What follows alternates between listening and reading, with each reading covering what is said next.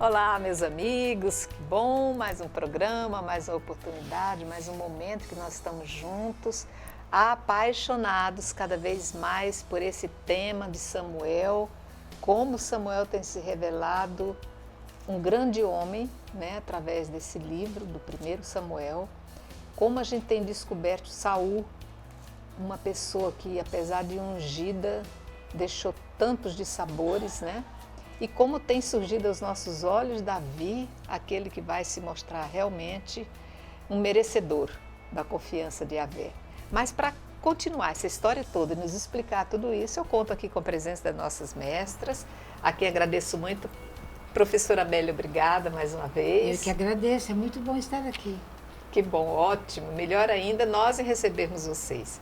Agradeço a presença também da professora Ieda. É sempre uma alegria estarmos juntas, sempre refletindo bem, as páginas da Bíblia. Sempre tão bom, né? A gente Nossa, sai daqui como depois... a gente aprende. Como a gente aprende, como a gente sai daqui realizada, cheia de conteúdo, né?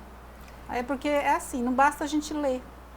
É bom a gente debater, argumentar, trocar ideias sobre o texto. E como vão surgindo as percepções novas que a gente vai colocando e de repente a gente vai fazendo esse contraponto, né, Amélia? E a gente acaba trazendo realmente para nós um aprendizado muito grande para as nossas vidas, né? Isso. É assim, é um momento da partilha da leitura, do entendimento da palavra. Muito Exatamente. Importante para a gente crescer na fé. Uhum. Não é só uma questão de aprender a aula para dizer eu sei. Não é só uma questão de dizer agora eu entendi o conteúdo. É a questão de vivência. Você vendo todas essas realidades, sabendo que todas as pessoas passam pelos mesmos conflitos que nós, em dimensões e em situações diferentes, é que a gente vai dizer assim, o Senhor estará sempre amparando e protegendo aquele que lhe é fiel. Isso é uma lição que a gente leva para toda a vida, em qualquer momento. Então, convido você para nós entrarmos hoje no capítulo que nós reservamos, que é o 29. Capítulo 29, como realmente já foi dito anteriormente, chegando ao final do nosso livro, no programa passado a gente falava sobre isso. Nós temos aqui apenas 31 capítulos, né? Já estamos agora no 29, finalizando. Então eu vou pedir para vocês, gente, eu tenho pedido assim, paciência a vocês, porque a leitura eu sei que é cansativa, e às vezes a gente engasga, a gente mastiga, a gente desvela, a gente fazendo até pronúncias erradas de alguns nomes, mas eu sei que vocês estão superiores a tudo isso e vão me perdoando, ok? Vamos ler o capítulo 29 para nós entendermos o que aconteceu. Mas, eu já estava me esquecendo, antes disso, Amélia, faça um pequeno resumo. Por que é que nós estamos aqui agora vendo que Davi vai ser despedido pelos filisteus? O que é que fazia Davi no meio dos filisteus? Então, a gente percebe que Saul vem perseguindo. É um doido, né? Doente mental. Vem perseguindo Davi sem parar. E Davi vai salvando a vida. Por 2, 3 vezes salva a vida de Saul também. Aí Saul chama ele de meu filho, mas não adianta. Então Davi foge. Ele fala, se eu ficar aqui, ele vai me matar. Aí ele vai pedir auxílio, amparo lá, justo para o inimigo, para o filisteu. E fica lá. Ele, os homens dele, as famílias, todo mundo lá, pelo menos a gente fala assim, protegido do próprio povo dele. E lá no meio, então, quando ele sai para guerrear, o que ele faz? Ele guerreia contra outro povo. Quando ele volta, o rei Aques pergunta para ele, assim, que é filisteu, e daí como é que foi? Ah, ele fala que atacou e traz as coisas, só que ele não atacou o seu povo. E o rei pensa, nessa altura, o povo dele não quer nem mais saber dele, vai ter ódio, né? Aí e quando isso, Davi vai se salvando. E nós terminamos o programa passado, quando agora o rei vai atacar o próprio Israel e chama Davi e fala, eu quero que você e seus homens vão comigo agora. Aí ele fala que vai, então ele fala, eu te nomeei meu perpétuo guarda pessoal. Então agora ele vai para a guerra junto com o rei filisteu para atacar o povo dele. Será que vai? É o que você vai ler para a gente agora. Muito bem. Então, capítulo 29, a partir do versículo 1. Os filisteus concentraram todas as suas tropas em Afeque, e Israel acampou junto à fonte que existe em Jezrael. Os chefes dos filisteus desfilavam por centenas e por milhares, enquanto Davi e os seus homens iam à retaguarda com Aquis. Os chefes dos filisteus se perguntaram: que estão fazendo aqui estes hebreus? E Aquis respondeu aos chefes dos filisteus: é Davi, o servo de Saul, rei de Israel. Há dias e anos que está conosco e não encontrei nele nenhum motivo de censura desde o dia em que entrou ao meu serviço até agora. Os chefes dos filisteus se opuseram a eles e lhes disseram: manda que este homem vá embora, que volte ao lugar em que o colocastes antes. Não venha ele conosco à batalha, para que não se torne para nós um adversário durante o combate. Pois como agradaria ele mais ao seu senhor, senão com a cabeça dos homens que temos aqui? Por acaso não é este aquele Davi de quem se cantava, dançando: Saul matou 1000, mas Davi matou 10.000. Então Aquis mandou chamar Davi e lhe disse: pela vida de Israel, de Iavé, tu és leal e eu gostaria que entrasse e saísse conosco no exército, porquanto nada de desonroso achei em ti desde o primeiro dia até hoje, mas não és bem visto pelos príncipes. Por isso, volta e vai em paz, para que não desagrades aos príncipes dos filisteus. Davi respondeu a Aquis: que te fiz eu de censurável desde o dia em que entrei ao teu serviço até agora, que me impeça de combater ao lado do meu senhor e rei contra os meus inimigos? Respondeu Aquis a Davi: é verdade que tu me tenhas sido agradável como um anjo de Deus. Só que os chefes dos filisteus disseram que ele não suba a guerra conosco. Parte, portanto, amanhã bem cedo, com aqueles servos do teu senhor que vieram contigo, e ide para o lugar que vos indiquei. Não guardes no teu coração nenhum ressentimento, porque me és agradável. Levantai-vos de madrugada e parti bem cedo de manhã. Davi e os seus homens se levantaram bem cedo para partir pela manhã e voltar à terra dos filisteus. E os filisteus subiram a Jezrael. Salvo pelo gongo. Salvo pelo gongo. Na realidade, era isso que ele queria que acontecesse.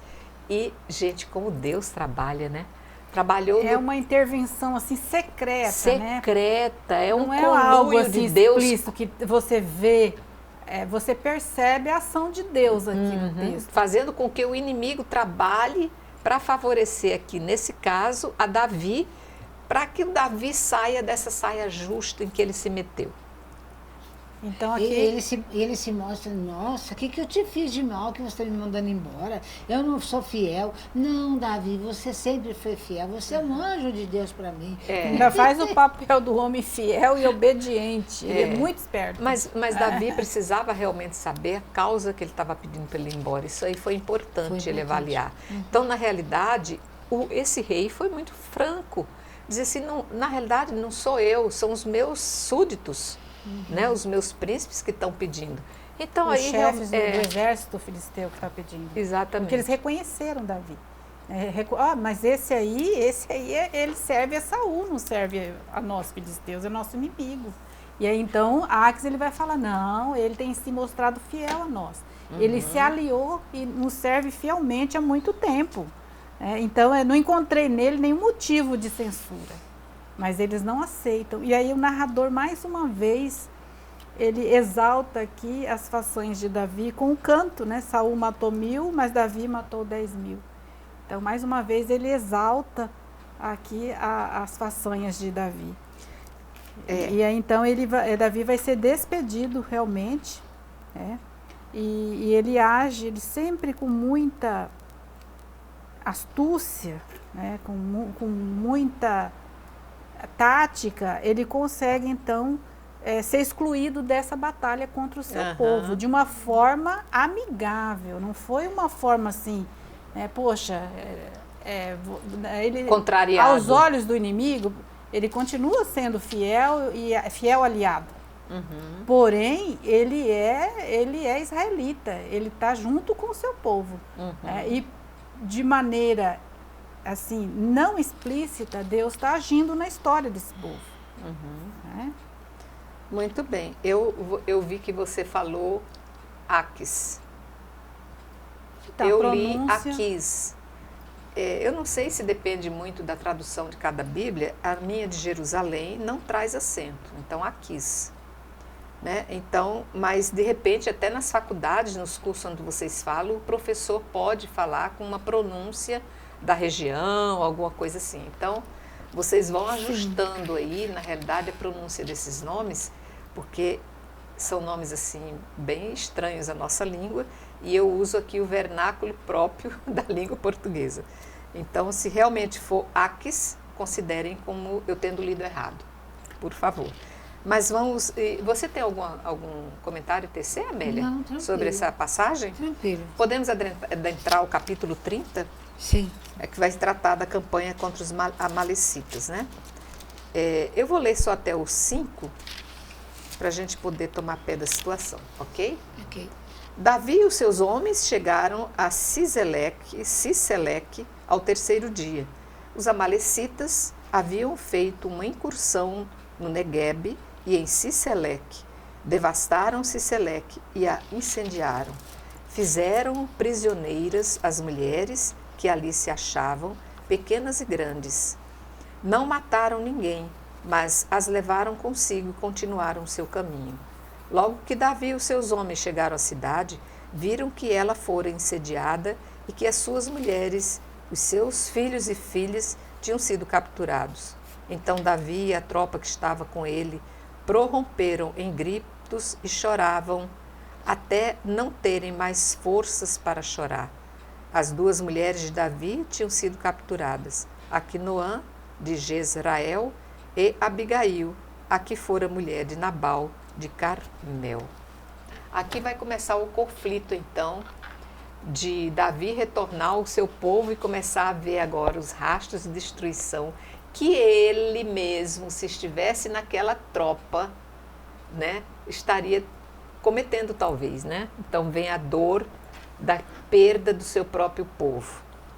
Então, enquanto Saul vai lutar contra os filisteus, aqui nesse trecho, no capítulo 30, Davi ele vai combater os amalecitas. Os amalecitas, então, eles vão atacar lá naquela cidade que foi doada pelo rei Aquis ou Aquis, né, para Davi. É um território filisteu. Os amalecitas vão atacar e aí então não mata nenhum dos seus servos e das suas famílias, mas ele é levado com eles como escravos. E aí, então a gente vai ver que vai ser um combate muito terrível, né? Porque aqui eles vão dizer assim, ó, quando ficaram sabendo, eles chegaram na cidade, a cidade estava assim, vazia, foram capturados toda a família Que era a deles. cidade que o rei deu para Davi, Sim. seus homens e as famílias. Entrou lá, combateram, ainda bem que ele não, o texto fala que não matou ninguém, levaram prisioneiro. Porque isso. os homens vão para a guerra, as mulheres e as crianças ficam. Isso. É um povo que está ali fragilizado, sem defesa. Vê queimar tudo, destruir tudo, e são levados como escravos. E aí então eles vão assim prorromper num grito de choro, de pranto, porque enquanto eles estavam lá junto com o rei filisteus, resolvendo a batalha que ia ser travada contra Israel, agora, quando eles chegam na cidade de volta, eles encontram tudo a família deles levada como escravos. Prisioneiros, então eles né, falam, nossa, Davi vai passar por outra saia justa agora, porque aqueles que estavam com ele vão se voltar contra ele. Aquele pessoal que estava contra Saul, eles vão se voltar. Então ele vai lutar contra os amalecitas e vai vencer. Mas ele vai consultar mais uma vez o Senhor aqui. Versículo 6. Davi estava em profunda amargura porque a tropa falava em apedrejá-lo. Lógico, né? Mas com certeza. Lógico. Ele se uniu ao inimigo, agora o inimigo atacou eles mesmo, né? E o povo fala, vamos acabar com Davi agora. Ele agora Agora aqueles companheiros de luta se voltaram contra ele. Ele está em Nós fogo estamos com cruzado. você. Perdemos nossa família, perdemos o que a gente tinha para esses amalecitas, ainda a culpa é sua. E ele está... Com efeito, a tropa Difícil. estava cheia de amargura por causa dos seus filhos e filhas, mas Davi encontrou ânimo em Yahvé, seu Deus. disse Davi ao sacerdote Abiatar, filho de Aquimeleque: rogo-te, traze-me o éfode. E Abiatar trouxe o éfode a Davi. Então Davi consultou Yahvé e lhe disse: perseguirei este bando? Alcançá-lo-ei? A resposta foi: persegue-os, porque certamente os alcançarás e libertará os teus. Davi partiu com os 600 homens que estavam com ele e chegaram à torre de Besor. Davi continuou a perseguição com 400 homens, mas 200 ficaram, porque estavam muito cansados para atravessar a torrente de Besor. Eu vou parar aqui, porque Davi está sendo muito posto à prova. Meu Deus do céu, que psicológico, se não é Deus a quem ele rogava. Ele não ia saber que atitude ele ia tomar, né? Porque agora realmente ele está vivendo uma ingerência. Nem ele consegue mais dar cabo daquilo que ele idealizou nessa guerra toda, né? Ele uma hora é inimigo, outra hora é amigo, uma hora ele é atacado, outra hora é o que deve atacar. E agora os seus estão contra ele tem que convencê-los, né? Então. E essa batalha que ele está travando é grande. É grande. Primeiro contra os filisteus, agora contra os amalecitas e o seu próprio povo contra ele. Os 600 homens, e ele cai em profunda amargura. Mas é bonito que o texto diz assim, que ele encontra ânimo e força em Deus. Nesse momento difícil, né, que ele está profundamente amargurado, ele vai encontrar força e ânimo em Deus. Então ele vai consultar, como era costume da época, o sacerdote Abiatar que acompanha ele, com éfode. Ali nós lembramos que tem as duas pedras, né, o Urim e o Tumim, que eles consultam se é sim ou não. E aí ele faz a pergunta e conforme sai pela sorte ali, é a resposta. Ele ali encontra a força de que ele vai combater e vai vencer. E aí recobre o ânimo e vai para o combate. E não sem medo. E 200 homens vão ficar, estão muito cansados, não conseguem ir. Fica ali com as mulheres, fica ali na terra. E ele vai com 400 homens, né? Para resgatar as mulheres, as crianças. Você vê se 200 estavam cansados, provavelmente aqueles 400 e Davi também estavam muito esgotados de tanta batalha. Mas esses 200 devem ter ficado porque também está desanimado demais, né? Além de cansado, o desânimo bateu porque o culpado também é Davi. E tem que considerar o psicológico da tropa. Sim. A tropa não está entendendo o que está acontecendo também. Né? Então, são situações assim que vão baixando o ânimo. Versículo 11. Encontraram um egípcio no campo e o pegaram para levá-lo a Davi. Ofereceram-lhe pão e ele comeu e deram-lhe água para beber. Deram-lhe também um pouco de massa, de figos secos e 2 cachos de passas. Ele comeu e suas tropas se recuperaram, pois durante 3 dias e 3 noites não comera nem bebera nada. Davi lhe perguntou: a quem pertence e de onde és? Ele respondeu: eu sou egípcio, escravo de um amalecita. Meu senhor me abandonou porque adoeci faz hoje 3 dias. Fizeram uma incursão contra o Neguebe dos Cereteus e o de Judá e o Neguebe de Caleb, e incendiamos Siseleque. Perguntou-lhe Davi: poderias guiar-me até este bando de assaltantes? Ele respondeu: jura-me por Deus que não me matarás, nem me entregarás às mãos do meu senhor, e te guiarei até esse rebanho. Então levou-os até onde se achavam, e eis que estavam espalhados por toda a região, comendo, bebendo e festejando os despojos que haviam carregado da terra dos filisteus e da terra de Judá. Davi os feriu desde a alvorada até a tarde do dia seguinte. Ninguém escapou, exceto 400 jovens que fugiram em camelos. Davi recuperou tudo o que os amalecitas tinham carregado. Davi recuperou também as suas 2 mulheres. Não faltava ninguém, pequenos e grandes, filhos e filhas, nem nada do despojo, nem de tudo o que haviam saqueado. Davi recuperou tudo. Davi tomou todo o gado miúdo Quanto ao gado graúdo, foi encaminhado à frente desse rebanho e disseram: eis o despojo de Davi.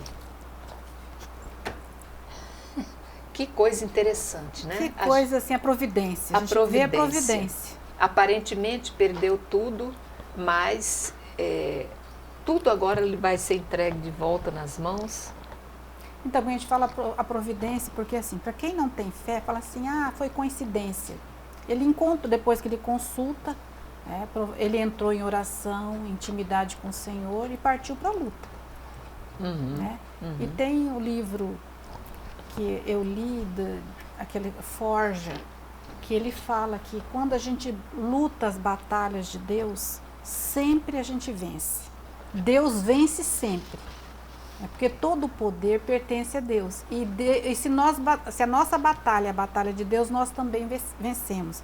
Aí aqui no caso de Davi, depois que ele conversa com o Senhor, que ele recobra suas forças, sua coragem de enfrentar o inimigo, ele vai, vamos dizer aqui, a providência divina, ele encontra lá no deserto um escravo dos amalecitas. Um daqueles que ajudaram o grupo a levar as mulheres, né, e tudo que eles tinham como escravo. E aí então, olha que providência. E aí então ele alimenta, porque o escravo está muito fraco, ele dá alimento para ele recobrar as forças, e ele pede para Davi não matar ele, não entregar ele aos amalecitas.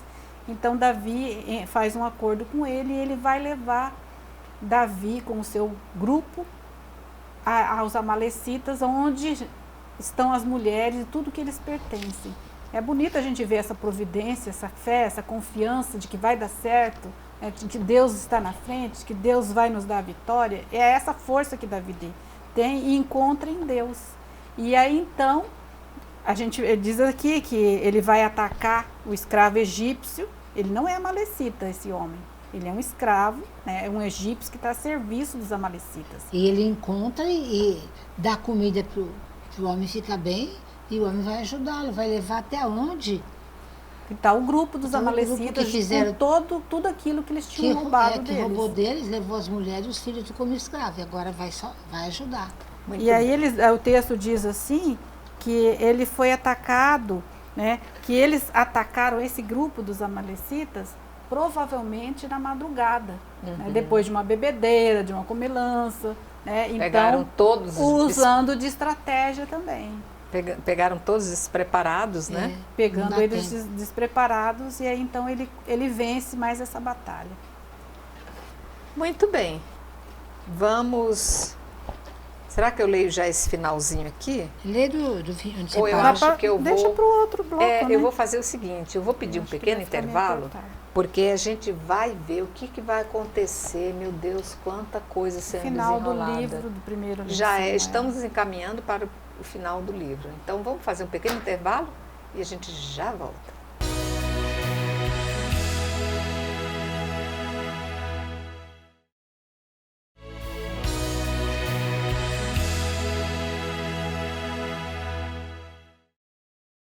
Ok, voltamos. Vamos finalizar o capítulo 30 do 1 Samuel, lendo o versículo 21 até o 31. Vai dizer: Davi chegou junto dos 200 homens que de tão cansados não o puderam seguir e tinham ficado na torrente de Besor. Saíram ao encontro de Davi e da tropa que o acompanhava. Davi se aproximou com a tropa e os saudou. Todos os malvados e vadios que haviam entre os que tinham acompanhado Davi disseram: visto que eles não marcharam comigo, nada dos despojos que salvamos lhe deve ser dado, exceto a cada qual sua mulher e seus filhos, que os recebam e se vão. Porém, Davi disse: não, irmãos meus, não agireis assim com o que nos deu Yahvé. Ele nos protegeu e entregou nas mãos o bando que veio contra nós. Quem vos enviou neste assunto? Porque a parte do que desceu ao combate é a parte do que ficou com as bagagens. Faça-se a divisão equitativamente. E, a partir desse dia, foi um estatuto e uma norma que para Israel, que persiste até os dias de hoje. Chegando a Siseleque, Davi enviou partes do despojo aos anciãos de Judá, seus próximos, com esta mensagem: aqui vai um presente para vós do que vos foi tomado dos inimigos de Yahvé. Aos de Betul, aos de Ramá, do Neguebe, aos de Jatir, aos de Aroé, aos de Safomó, aos de Estemo, aos de Racal, aos da cidade de Jarameel, aos da cidade de Quenitas, aos de Orma, aos de Bor-Assã, aos de Atar, aos de Hebron e a todos os lugares onde tinham passado Davi e seus homens.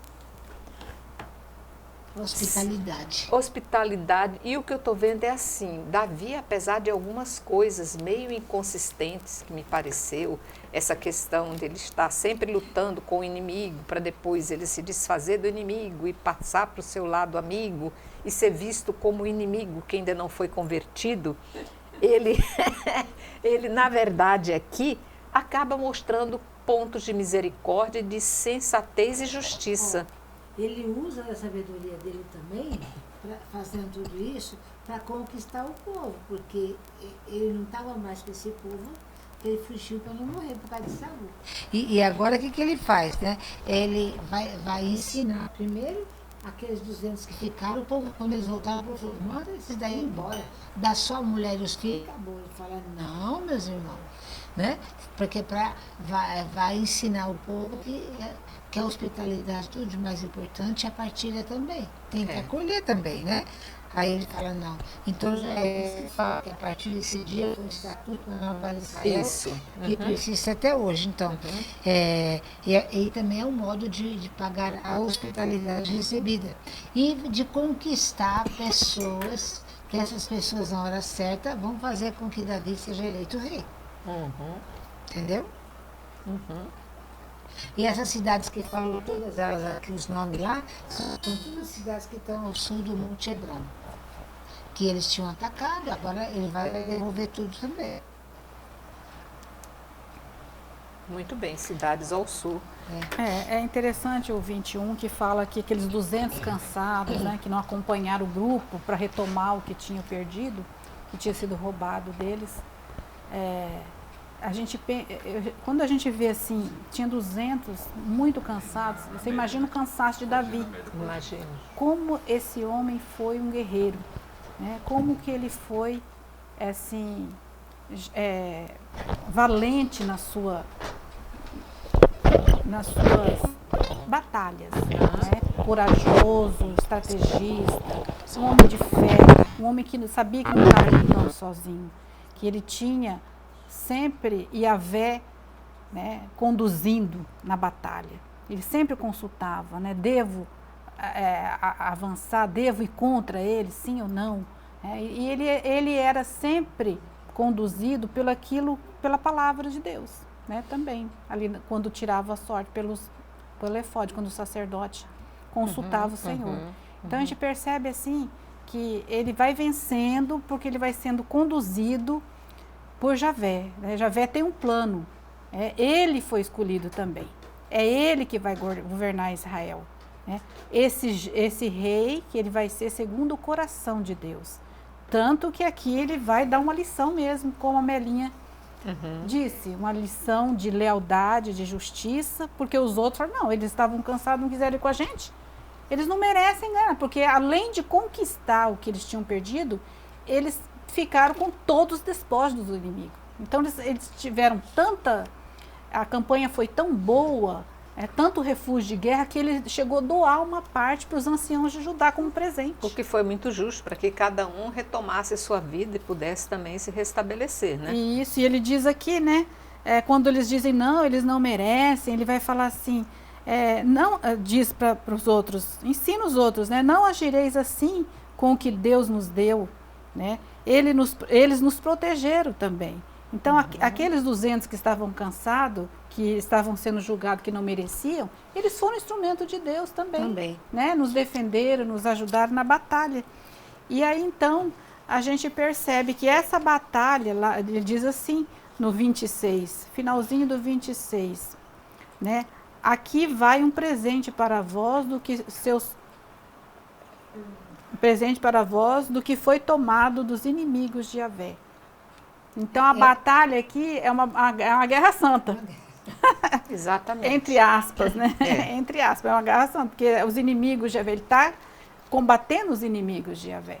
Davi é o grande líder, é o grande Messias, é o rei que vai batalhar e vai fazer com que haja prosperidade em Israel. Muito bem, entramos agora no capítulo 31, o último capítulo desse primeiro livro de Samuel. Vamos ver o que vai acontecer finalmente. Entretanto, os filisteus atacaram Israel e os homens de Israel fugiram, perseguidos por eles, e caíram, feridos de morte, no monte de Gilboé. Os filisteus fizeram cerco a Saul e seus filhos e mataram Jonatas, Abinadab e Melquissua, filhos de Saul. Todo o peso do combate se concentrou sobre Saul. Os atiradores, homens armados de arco, o descobriram e ele tremeu fortemente à vista dos atiradores. Então disse Saul ao seu escudeiro: desembainha a tua espada e transpassa-me, para que não venha esses incircuncisos e escarneçam de mim. Mas o seu escudeiro não quis obedecer-lhe, pois tinha muito medo. Então Saul tomou sua espada e lançou-se sobre ela. Vendo que Saul estava morto, também o escudeiro se lançou sobre a sua espada e morreu com ele. Assim morreram juntos naquele dia Saul, os seus 3 filhos, o seu escudeiro e todos os seus homens. Quando os homens de Israel que estavam no outro lado do vale e os que escutavam na outra margem do Jordão viram que os israelitas tinham fugido e que Saul e seus filhos tinham perecido, abandonaram as suas cidades e fugiram. Os filisteus vieram e se estabeleceram ali. No dia seguinte, quando os filisteus vieram para despojar as vítimas, acharam Saul e os seus 3 filhos que jaziam no monte Gilboé. Cortaram-lhe a cabeça e despojaram-no das suas armas e os enviaram à redondeza pelo território dos filisteus para anunciar a notícia em seus templos e ao povo. Depuseram suas armas no templo de Astarte e fixaram seu cadáver no muro de Bet-san. Assim que os habitantes de Jabes de Galaade souberam que os filisteus tinham feito com Saul, todos os valentes se puseram a caminho e, depois de terem andado a noite toda, retiraram do muro de Bet-san os corpos de Saul e os dos seus filhos. Voltando a Jabes, aí eles os queimaram. Depois recolheram os seus ossos e os enterraram embaixo da tamareira de Jabes e jejuaram durante 7 dias.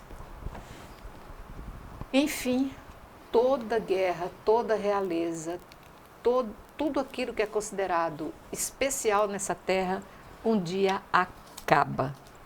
Para mostrar que o único eterno é Israel, é nosso Senhor Deus, é o poderoso de Yahvé. Fica uma lição muito grande e pena é que morreram exatamente Saul com seus 3 filhos. Foi destruída toda a geração de Saul, né? E nós vamos ver nos próximos capítulos que vai sobrar um unzinho que tá guardadinho lá. Ah, ainda tem um escondidinho. Tem Unzinho. É a semente. Tem um outro filho. Mas assim, você vê que quando Saul vê que está ferido, ele pede para o escudeiro dele acabar de matar. Antes que o inimigo venha e faça o pior nele, né? Uhum. Mas o escudeiro tem medo, não faz. O escudeiro não quer fazer. Aí ele mesmo pega a espada e se crava nele e morre. Aí o escudeiro vendo o que ele fez, o escudeiro faz com ele também. Porque ele ia ser morto também, que não defendeu o seu senhor, né? E aqui aparece alguma coisa estranha quando fala assim, que queimaram os corpos deles, né? Isso não era costume na tradição de Israel, queimar corpo de ninguém. Ao contrário.